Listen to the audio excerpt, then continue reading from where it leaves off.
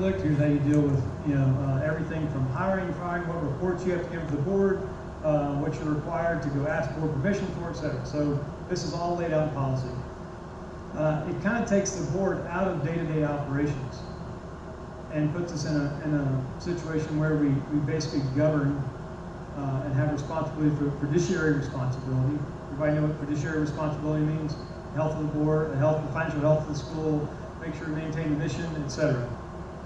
What it doesn't say is that we get into the details of how the decisions are made day in, day out. So in a nutshell, if the head of school is acting immorally, illegally, or unethically, obviously it's a board issue, right? If it's not those things, but it sacrifices the mission of the school and or impacts us and our fiduciary responsibility, it becomes a board issue. Anyone is free to provide the board a statement with concerns or appeals. It's happened a lot less frequently this year than it has in years past. And so it's within the board's role to evaluate those and say, is this a board issue or not, based on our policy and our bylaws. And that's what we do. I've had some stuff recently come up where there was an issue brought to my attention. It took me about a week to investigate it. I got feedback that the board wasn't doing anything about it. Well, it took about a week to get statements from 6 different people, to get video surveillance footage, and then be able to respond. Now, remember that none of these people are sitting in the school office waiting to get that phone call, right? They're all working. And so we're doing this at night and managing it. And I'm not asking you for sympathy. We signed up for the job.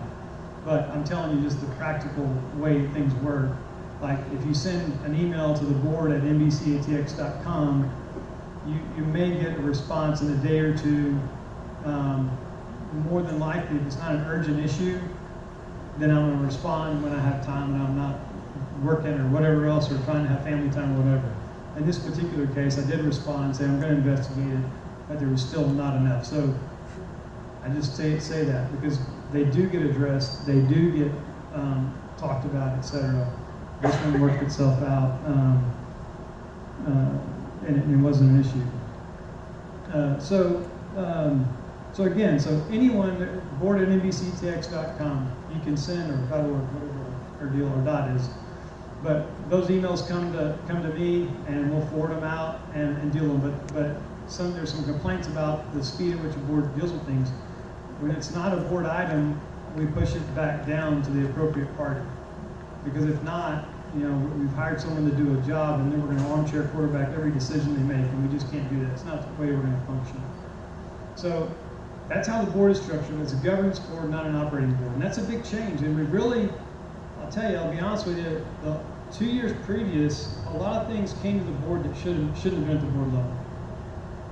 And we were going through so much change and learning how to live within that a lot of those things came up to the board level that really weren't board decisions. They should have been handled at a much lower level. And Derek has done a good job of making sure stuff gets handled, like I said, but very few things that blow up to us. And that's good. They shouldn't. They should be resolved where they need to be resolved. So we're going to have a Q&A time after Derek speaks. I'm going to come back up. And so you'll have time to ask me questions about this or about anything else. So I'm going to give the mic back over to Derek. If you have questions, just hold them, and then when I come back up, we can talk about it, okay?